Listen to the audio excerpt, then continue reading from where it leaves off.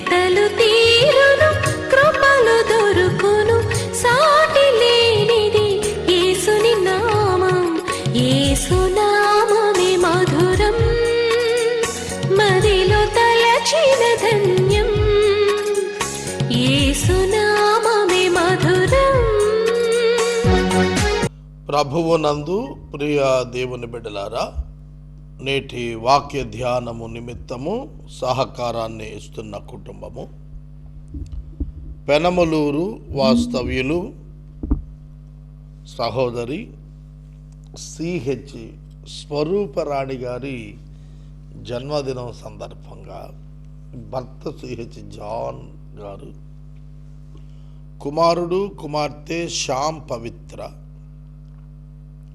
తల్లిదండ్రులు రాజారావు గారు కన్యాకుమారి గారు, అత్తమామలు కోటేశ్వరరావు గారు విజయలక్ష్మి గారు, సోదరులు ఎలీషా గారు సుధారాణి గారు సహకారం ఇస్తున్నారు. ఎవ్రీ ఇయర్ ప్రతి సంవత్సరం సహోదరి జన్మదినంగా రాజారావు గారి కుటుంబం సహకారాన్ని పంపుతారు. దేవుడు వీరి కుటుంబాన్ని దీవించును గాక. వీరికి నా హృదయపూర్వక కృతజ్ఞతలు. ప్రార్థన. మమ్మలను మిక్కిలుగా ప్రేమిస్తోన్న మా ప్రియ తండ్రి, మీకు వందనాలు. సహోదరి స్వరూపరాణి గారికి ఇచ్చిన జన్మదినం కొరకు వందనాలు. బిడ్డను దీవించండి. భర్త జాన్ గారిని, బిడ్డలను ఆశీర్వదించండి. రాజారావు గారిని, కన్యాకుమారి గారిని, కోటేశ్వరరావు గారిని, విజయలక్ష్మి గారిని, కుటుంబ సభ్యులను ఆశీర్వదించండి. వాక్యము చేత మమ్మలను దర్శించండి. యేసు నామమున ప్రార్థిస్తున్నాము తండ్రి, ఆమేన్. ప్రియమైన దేవుని బిడ్డలారా, అపోస్తలుల కార్యములు గ్రంథము 8వ అధ్యాయం 34వ వచనము నుండి వాక్య గమనము మనవి. కందాకే రాణి ఇథియోపియా దేశాన్ని పరిపాలిస్తున్నప్పుడు ఆమెకు ఆర్థిక మంత్రిగా ఉన్నటువంటి ఒక నపుంసకుడు, అతని పేరు రాయలేదు, అతడు మంత్రిగా వర్ణించబడ్డాడు మరియు అతడు నపుంసకుడు అని చెప్పబడింది. నేను దేవుని స్తుతిస్తున్నాను, ఎందుకంటే నపుంసకులకు కూడా పరలోకంలో చోటుంది. ఇవాళ మనం మేల్ ఫిమేల్ అనే గుర్తిస్తాం. నపుంసకులు ఇప్పుడు పోట్లాడుతున్నాడు, హిజ్రాలు మమ్మల్ని కూడా గుర్తించండి అని. చూడండి, ఈ నపుంసకుడు ఆధ్యాత్మికంగా ఉన్నాడు. అతడు మనిషి, మనసుంది, ఆత్మ ఉన్నది, హృదయం ఉన్నది. అతడు ఆరాధనకు వెళ్ళాడు యెరూషలేముకి, ఆసక్తిపరుడు. రథం మీద వచ్చాడు, సమయాన్ని ధనాన్ని వెచ్చించాడు, భక్తి గలవాడు, శ్రద్ధగా దేవుని వెతుకుతున్నవాడు. అందుకే దేవుడు అతనికి రక్షణ ఇవ్వటానికి ఫిలిప్పును సువార్త అందించడానికి పంపుతున్నాడు. దేవుని ఏర్పాటులో ఉన్నటువంటి వారికి సువార్త వారి రక్షణ సమయానికి ప్రణాళిక ప్రకారం అందుతుంది. పరిశుద్ధాత్మ దేవుడు ఫిలిప్పుతో గాజాకు వెళ్ళు మార్గములో తిరుగు ప్రయాణములో ఉన్న నపుంసకుని కలుసుకో, రథం మీద వెళ్ళిపోతున్నాడు.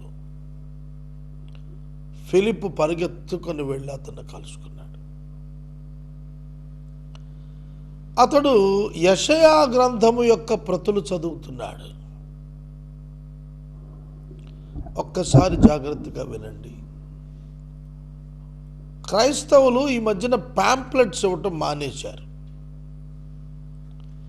లిటరేచర్ ఇంపార్టెన్స్ మర్చిపోతున్నాం మనం. ఈ ఎలక్ట్రానిక్ యుగం వచ్చిన తరువాత లిటరేచర్ యొక్క ప్రామినెన్స్ తగ్గిపోతోంది. కానీ చూడండి, ఆ దినాల్లో అతనికి ఒక ప్రతి దొరికింది యెరూషలేములో. ఆ ప్రతి నూతనమైన ప్రతి అయి ఉండాలి, లేకపోతే తన దగ్గర ఉండింది అయితే తను అంత ఇంట్రెస్ట్గా చదవడం. తన సొంత బుక్ అయితే ఎప్పుడైనా చదువుకోవచ్చు అనుకోవచ్చు. కానీ యెరూషలేము నుండి వెళుతున్నాడు కదా గాజా మార్గం, అతని చేతికి దొరికినటువంటి, లేకపోతే కొనుక్కున్నాడో ఇచ్చారో గౌరవార్థంగా మంత్రి గారు కనుక. ఇప్పుడు మనకు టీటీడీ వాళ్ళు ఎట్లా మంత్రులకు వాళ్లకు ఏవేవో ఇస్తారో, నేను ముస్లిం ఫ్రెండ్స్ దగ్గర వాక్యోపదేశాలు చెప్పటానికి వెళ్ళినప్పుడు నాకు ఖురాన్ ఇస్తుంటారండి. They gave me 2 times 3 times నేను తెచ్చుకున్నాను. అది నా దగ్గర ఉంది, నేను చదువుతాను, గ్రంథం చదివాను. అలా ఇచ్చుంటారేమో. యెరూషలేం దేవాలయంలో చదువుతున్నాడు. అది యెషయా గ్రంథం 53వ అధ్యాయంలో మన పరిశుద్ధ బైబిల్ గ్రంథంలో వ్రాయబడినటువంటి మాటలు, కొంత అదనపు మాటలు కూడా అందులో కనిపించాయి. ఫిలిప్పు అతనితో మాట్లాడుతూ, నీవు చదువుతున్నది గ్రహిస్తున్నావా అని అడిగాడు. ఎవడైనా నాకు చెప్పకపోతే some జ్యూ must explain me, I'm N Ethiopian. Non Christians ఇవాళ మన సరౌండింగ్స్లో ఎంతోమంది యేసుక్రీస్తు గురించి తెలుసుకోవాలనుకుంటున్నారు. కానీ ఒక భయం ఉంది వాళ్ళకి. ఏమిటంటే, చర్చికి వెళ్తే మనల్ని సమాజం ఏమంటుందో, లేకపోతే అక్కడ పాస్టర్ గారు మనల్ని ఏమన్నా మ్యానిపులేట్ చేసి పట్టేసుకుంటాడేమో, లేదా మేము మతం మార్చుకుంటేనే తప్ప సమాచారం చెప్పనంటారేమో. ఇట్లా రకరకాల అపోహలు ఉన్నాయి వాళ్ళకి. అదే రిప్రజెంటేటివ్ ఆఫ్ నాన్ క్రిస్టియన్ గ్రూప్గా ఈ నపుంసకుడు అంటున్నాడు, మాకు చెప్పకపోతే ఎట్లా అర్థం అవుద్దండి. రోమాపత్రికలో 10వ అధ్యాయంలో పౌలు గారు కూడా అట్లాగే అన్నాడు, ప్రకటించువాడు లేకుండా వారు ఎట్లా వింటారు? Nobody can hear, listen without the preacher. ఇవాళ ఆన్లైన్ సిస్టమ్స్ వచ్చేసాయి, ప్రీచర్స్ ఇంపార్టెన్స్ పోయింది. ఒకప్పుడు బైబిల్లో ఏదైనా ఇన్ఫర్మేషన్ కావాలన్నా పాస్టర్ గారి దగ్గరికి వెళ్ళి, అయ్యా ఈ వాక్యం నాకు అర్థం అవ్వలేదని అడిగేవాళ్ళం. ఇప్పుడు ఇంటర్నెట్లో సెర్చ్ చేస్తే కొన్ని వేల టాపర్స్ సమాధానాలు దానికి దొరికేస్తున్నాయి. ఆన్లైన్లో కూడా ఒపీనియన్ చెప్పేస్తున్నారు. కానీ ప్రతిదానికి కూడా ఒక సేవకుని వద్దకు వెళ్ళటానికి గత తరం, మా తరం వరకు ఉండేది ఆ కాన్సెప్ట్. ఇప్పుడు లేదు, అసలు ఇప్పుడు అవసరం కూడా లేదు. అందుకనే ఎక్కువ పర్వర్షన్స్ వస్తున్నాయి ఈ కాలంలో, పడిపోతున్నారు. అందుకే ఎక్కువ మంది ప్రభు బిడ్డలైన వారు పడిపోతున్నారు. ఆనాడు ఆ నపుంసకుడు ఒక రిప్రజెంటేటివ్ ఆఫ్ నాన్ జ్యూగా, లేదంటే ఒక క్రిస్టియన్గా, నాన్ క్రిస్టియన్గా, somebody should explain us, how can we know that. మా నాన్నగారి మిత్రులు హిందూ ఫ్రెండ్స్ వస్తుంటారు, వాళ్ళు ఎన్నో ప్రశ్నలు అడుగుతుంటారు, బైబిల్లో ఇదేమిటి అదేమిటి అట్లుంది ఏమిటి. మేము వారికి తెలియజేస్తుంటాం. మీ నైబర్ నాన్ క్రిస్టియన్ ఫ్రెండ్స్కి యాక్సెస్ ఉన్నటువంటి ఫ్రెండ్స్ అట్లీస్ట్ ఎప్పుడైనా వాళ్ళతో యేసు గురించి మాట్లాడారా? మీరు మాట్లాడితే మీకు అర్థం అవుద్ది ఎంత రిక్వైర్మెంట్ ఉంది సొసైటీలో సువార్థీకరణ గురించి అనేది తెలుస్తుంది. తర్వాత ఆ నపుంసకుడు అడిగిన మాట, ప్రవక్త తన గురించి చెప్పుకుంటున్నాడా లేక ఎవరిని గురించైనా మాట్లాడుతున్నాడా? ఇక్కడ ఏమడుగుతున్నాడు తెలుసా? ఏమిటి ఈ ఇన్ఫర్మేషన్ యొక్క ప్రామినెన్స్ ఏమిటి? I'm reading but I'm not grasping. I'm reading but I'm not getting it in to my mind. I'm not understand. I'm not able to understand what it is. Bible ఇప్పటికి చాలామందికి తెలియదు. నాతో చాలామంది సేవకులు కూర్చున్నప్పుడు కొన్ని విషయాలు నేను చెబుతుంటే వాళ్ళు అంటారు, అయ్యా బైబిల్లో ఇప్పటివరకు ఇట్లా మేము ఆలోచించలేదండి.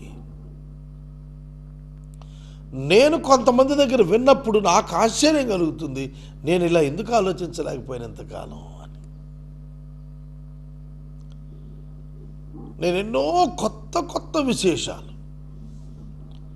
అద్భుతమైన సంఘటనలు ఈ 2-3 మాసాల్లో వాక్యంలో నేను తలపు నాకు దేవుడిచ్చినప్పుడు ఐ వాజ్ వండర్డ్. ఈ నపుంసకుడు అడుగుతున్నాడు, ఇతను గుర్చేనా, ఎవరు గుర్చాడప్పుడు ఫిలిప్పు నోరు తెరిచాడు. ఫిలిప్పు నోరు తెరిచాడు. ఆ లేఖనం అనుసరించి అతనికి యేసును గుర్చిన సువార్త ప్రకటించాడు. ఇవాళ మనం ఓల్డ్ టెస్ట్మెంట్ స్క్రిప్చర్స్ని కోట్ చేయటం మానేశాం. ఎందుకంటే అది పెద్ద ఆల్జీబ్రాలా అనిపిస్తుంది చాలామందికి. ఎంత అద్భుతంగా ఉంటుందో తెలుసా పాత నిబంధన ధ్యానం. నాకు మొట్టమొదటిసారి పెద్ద రుచి తెలియాల.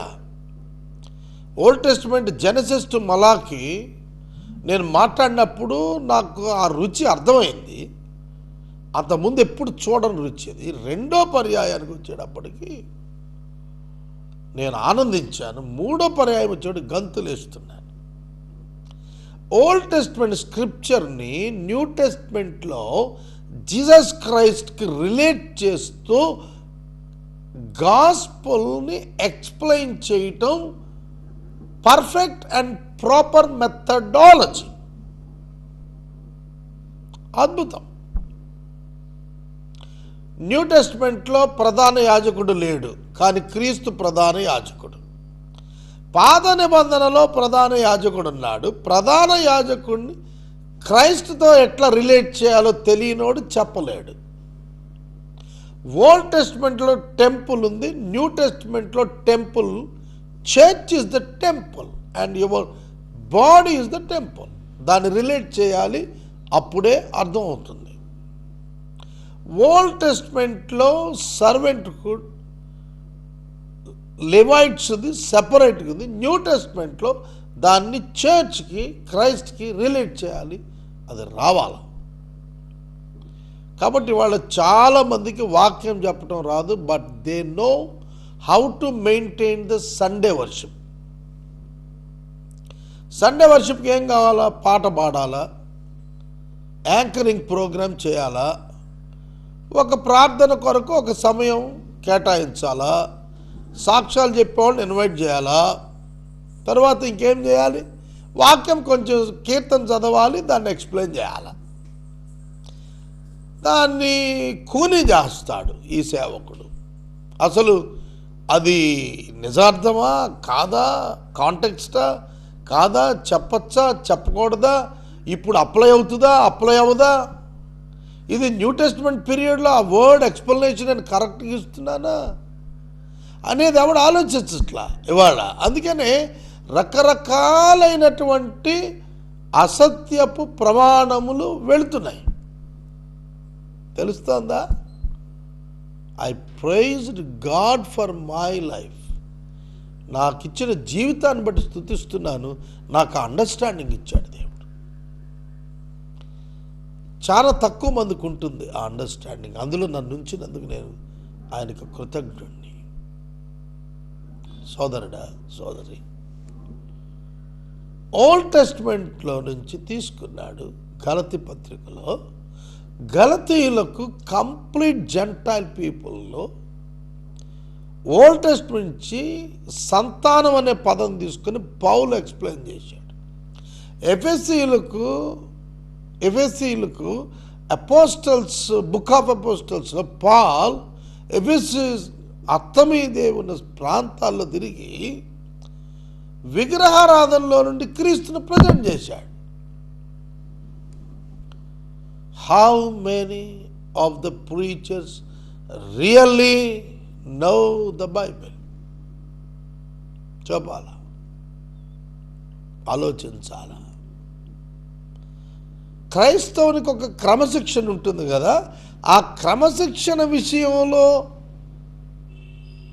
సరిచేస్తూ పెంచుతూ పోయారు కానీ సంఘాలని ప్రభువు ఆజ్ఞ చొప్పున వాక్యములో పెంచలేకపోయినారు. అందుకే వాక్యం కొత్తగా ఉంటోంది ప్రజలకి. అలవాట్లు, ఆచారాలు, భక్తి, అట్రాక్షన్ తోటి ఈజీగా అడాప్ట్ అయిపోతున్నాయి చర్చెస్లో. మీరు చూడండి, 3 రోజులు ఉపవాసం అంటే వచ్చేస్తారు, వారం రోజులు ఉపవాసం అంటే వచ్చేస్తారు. పాపం వాళ్ళకేం తెలుసు, పాస్టర్ గారు పెట్టాడు వెళ్ళిపోవాలా, ఆత్మలో ఎదుగుతారు అన్నాడు. ఆత్మలో ఎట్ట ఎదిగారో చెప్పలేడు. చేతులెత్తి చప్పట్లు కొట్టి ఊగుతూ తూగుతూ చేసేది ఆరాధన అనే అబద్ధపు ప్రమాణానికి తెచ్చేశారు వాళ్ళ సంఘాన్ని. ఆరాధన అంటే ప్రాణాన్ని సైతం సమర్పించటానికి చేసిన ఒక క్రియ అని అబ్రహాము చెబితే, ఇవాళ మనం చేసింది ఏంటంటే ఆరాధన అంటే అందరూ నిలబడి బ్యాప్టైజ్డ్, నాన్ బ్యాప్టైజ్డ్ డిఫరెన్స్ లేకుండా, క్రిస్టియన్ నాన్ క్రిస్టియన్ డిఫరెన్స్ లేకుండా అందరి చేతులు తలేలు అంటే ఆరాధన అయిపోయింది. నేను మనవి చేస్తున్నాను, యేసును గూర్చిన సువార్త, ద ట్రూ గాస్పల్ ఎంతమందికి రీచ్ అయింది? How many of the people in church and in leadership of the church understood the meaning of gospel? సువార్త అర్థమే తెలియని వారు సువార్త చేస్తున్నారు. ఫిలిప్ ఎక్స్ప్లెయిన్ చేస్తున్నాడు, సువార్త అంటే యేసుక్రీస్తే. The theme of the Bible is Jesus Christ, the only saviour. Bible is return for a purpose. That purpose is to know Jesus as the Son of God and the only Savior of humanity is the only purpose of the Bible and its writing. Bible రాసింది ఎందుకో తెలుసా? యేసు దేవుని కుమారుడని, రక్షకుడని తెలుసుకోవటానికి మాత్రమే. Not to knew about anything from Bible. ఏమేమో నేర్చుకోవటానికి కాదు, యేసే దేవుని కుమారుడని అర్థం చేసుకోవటానికి బైబిల్ రాశాడు. The central theme of the Bible is Jesus alone. అదే సువార్త ఆధారం, యేసే సువార్తకు ఆధారం. యేసే సువార్త యేసును గురించి ప్రకటించాడు ఫిలిప్. ఎంత గొప్ప శక్తి గలదండి సువార్త. రోమాపత్రిక 1వ అధ్యాయం అంటాడు, దేవుని వాక్యము ఒక డైనమైట్ లాంటిదంట. నశించుచున్న వానికది వెర్రితనము గాని, రక్షించబడుచున్న మనకది దేవుని శక్తి. రక్షించబడుచున్న మనకది దేవుని శక్తి.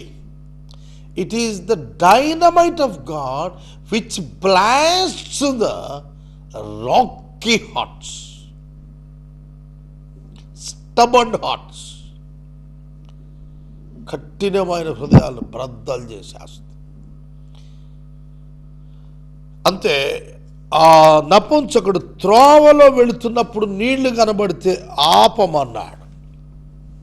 ఇదిగో నీళ్లు, బాప్తిస్మం ఇచ్చుటకు ఆటంకం ఏంటి? రథం నిలుపు అని ఆజ్ఞ ఇచ్చాడు. ఏముంది, రథం నడిపేవాడు ఆపేస్తాడు, డ్రైవర్ ఆపేయాలి కదా వెహికల్. కలెక్టర్ గారు ఆపు అని అంటే డ్రైవర్ ఆపడా? ఆపాలి, అంతే. ఆపేశాడు.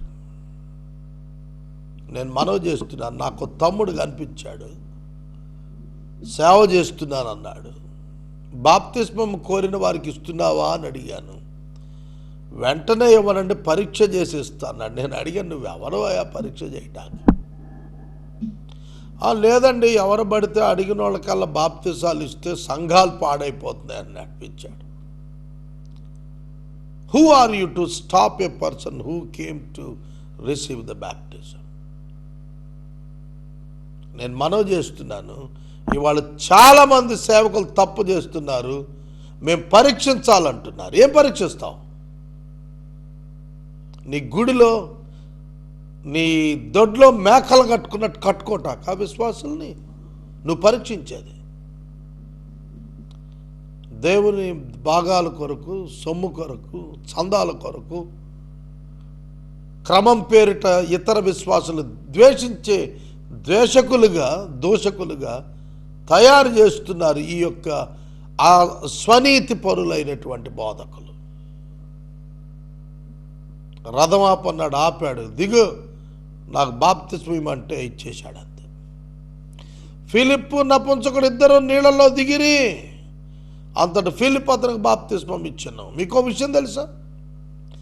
నైట్ టైం కూడా బాప్టిజం ఇచ్చినట్టుంది బైబిల్లో. చెరసాల నాయకుడు ఆ రాత్రే చెరసాలలో బాప్తిజం పొందాడు. ఎందుకో తెలుసా? ఉదయం అయితే అతను చంపేయచ్చేమో. ఉదయం అయితే అతను చంపేస్తారు, ఎందుకంటే అతడు చెరసాల నాయకుడు. అర్థమవుతుందా? మరి అటువంటప్పుడు బాప్తిస్వానికి ఆలస్యం ఏమిటి?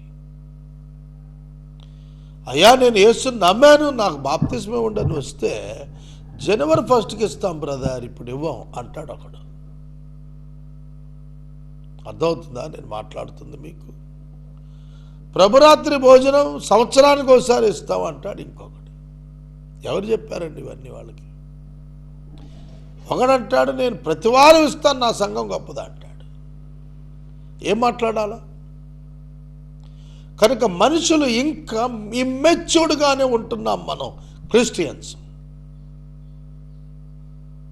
అసలు నా ఏక ప్రశ్న ఇప్పుడు ప్రపంచానికి ఏంటంటే, ఆనాడే పౌలు క్రీస్తు విభజించబడి ఉన్నాడా అని ప్రశ్నించాడు కదా కొరింథీ సంఘాన్ని. మరి ఆర్సీఎం ప్రొటెస్టెంట్ అని ఎవడు విడదీశాడండి? ఈ డివిజన్కి కారణం ఏమిటి? ఎందుకు ఇట్లా డినామినేషన్స్ అని కొట్టుకు తెస్తున్నారు ఒకే బైబిల్ తీసుకెళ్తూ? Church must be united in universe. It's my slogan in these days. Irrespective of anything, church unite అవ్వాలా. నేను ఎందుకు చెప్తా అంటే, ఇది ఆల్రెడీ యునైట్ అయ్యే ఉంది. మనం ఊరికి మాట్లాడుతున్నాం కానీ it is universally United. It is the body of Christ. It is already United. Ethiopian United with a Jew in Christ and his body. Ethiopia వాడు వచ్చి యూదుడితో కలిసి క్రీస్తు శరీరంలో భాగస్వామి అయిపోయాడు. How dare A person to stop the baptism? తర్వాత రాజ్యాంగం కూడా మనకి బ్యాప్టిజం తీసుకోవటానికి ఆటంకం కల్పించాల. తీసుకోవటానికి రూల్స్ రెగ్యులేషన్స్ పెట్టడానికి రాజ్యాంగంలో ఏమీ లేవు. It is a personal right. It's personal right, వ్యక్తిగత హక్కు అది. దాన్ని ఎవడు ఆపకూడదు. ఈవెన్ గవర్నమెంట్ లేదు, మేము చట్టం చేస్తున్నాం, మీరు ఎవరు బాప్తిజం తీసుకోకూడదు అని అంటానికి వాడు చాలడు. ఎంత ప్రభుత్వం అయినా కూడా కాన్స్టిట్యూషనల్గా పోవాల్సింది ఎవరైనా. ఇది అర్థం కాక మన వాళ్ళు తిప్పలు పడుతున్నారు. గృహాలలో ఆరాధన చేస్తున్నటువంటి వారు చర్చ్ అని ఎందుకు చెప్పాలండి? బోర్డు ఎందుకు పెట్టాలా? కూడుకుని ఆరాధన చేసుకోకూడదా? మనమే ఎన్నో విషయాల్లో నిందారోపణ ఎదుర్కొంటున్నాం ఇప్పటికీ. కనుక మనం కాన్స్టిట్యూషనల్ ఇవాంజలిజం వైపు కూడా ఆలోచన చేయాల్సిన దినాలు ఉన్నామని నేను భావించాను. ఫిలిప్ నపుంసకునికి బాప్తిజం ఇచ్చిన తరువాత పరిశుద్ధాత్మ దేవుడు ఫిలిప్పును కొనిపోయాడు. He has no personal travel agenda. Likewise, I do not want to have any personal agenda. దేవుడు నన్ను ఎక్కడి నుంచి అక్కడ పోతాను, ఎక్కడికి పంపిస్తే అక్కడికి, ఎవరు పిలిస్తే అక్కడికి. No objection, no expectation of even travel, food, honorarium, gift, nothing allowed in my 27 years experience of ministry. నపుంసకుడు సంతోషిస్తూ తన త్రోవలో వెళ్ళిపోయాడు. అతడు ఫిలిప్పును మరి అన్నడు చూడలేదు. నేను చెబుతున్నాను, బాప్తిస్మం ఇచ్చిన సేవకుడా, వీడు నా సంఘానికే చెందినోడు, నా సంఘానికే రావాలి, ఇక్కడే ఉండాలి, ఇక్కడే దశంభాగం ఇవ్వాలి, వీడు సేవకి వెళ్ళకూడదు, ఎన్నో ఆటంకాలు పరుస్తున్న ఓ అవినీతి సేవకుడా, గుర్తుపెట్టుకో. ఫిలిప్పు బాప్తిజం ఇచ్చాడు, ఆ మంత్రి వెళ్ళిపోయినాక ఎన్నడు వారు కలుసుకోలేదు. They both are under the work of God. ఇవాళ సంఘాలను ఖండించాల్సిన అవసరం ఏర్పడింది. అయితే ఫిలిప్పు అజోతులో కనబడెను. అచ్చట నుండి కైసరేకు వచ్చే వరకు అతడు పట్టణాలన్నింటిలో సంచరిస్తూ సువార్త ప్రకటించాడు. పట్టణాలన్నింటిలో సువార్త ప్రకటించాడు. This must be the goal for every evangelist and pastor. ఇది ప్రతి సేవకునికి గమ్యము కావాలని ప్రభుపేట నేను మనవి చేస్తున్నాను. అజోతులో కనబడ్డాడు, గాజా మార్గంలో కనపడినాడు, ఇప్పుడు అజోతుకు పోయాడు, పట్టణాలన్నీ తిరిగాడు. ప్రియమైన దేవుని బిడ్డలారా, నేను ఇప్పుడు కొన్ని వందల మంది బిషప్స్తో కలిసి పనిచేస్తున్నాను. ఎన్ని అవకతవకలు గమనిస్తున్నాను. ప్రియమైన దేవుని బిడ్డలారా, మినిస్ట్రీ అనేది దేవుడిచ్చిన గొప్ప భాగ్యం. అది ఫిలిప్ పర్ఫెక్ట్గా చేశాడు, అపోస్టల్స్ పర్ఫెక్ట్గా చేశాడు. ఫైనల్ టైమింగ్స్లో మనం పర్ఫెక్ట్గా చేయాలి. అనేక మంది ఇథియోపియన్స్ లాంటి నాన్ క్రిస్టియన్స్ ఎదురు చూస్తున్నారు. ప్రార్థన. నేటి వాక్య ధ్యానానికి సహకారం ఇచ్చిన కుటుంబం పెనమలూరు వాస్తవ్యులు సిహెచ్ స్వరూపరాణి గారి జన్మదినం సందర్భం సిహెచ్ జాన్ గారు భర్త, కుమారుడు కుమార్తె శ్యామ్ పవిత్ర, తల్లిదండ్రులు రాజారావు గారు కన్యాకుమారి గారు, అత్తమామలు కోటేశ్వరరావు గారు విజయలక్ష్మి గారు, సోదరులు ఎలీషా సుధారాణి గారు. ప్రార్థన. మమ్మలను మిక్కిలిగా ప్రేమిస్తున్న తండ్రి వందనాలు. సంఘమునకు కావలసిన దిద్దుబాటు మా అంతరంగములలో దయచేయి.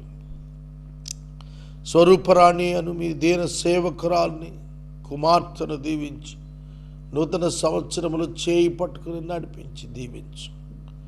కుటుంబాన్ని ఆశీర్వదించు. రేపటి నుండి ఎపిసోడ్ సహకారులు లేరు ప్రభు, పంపండి.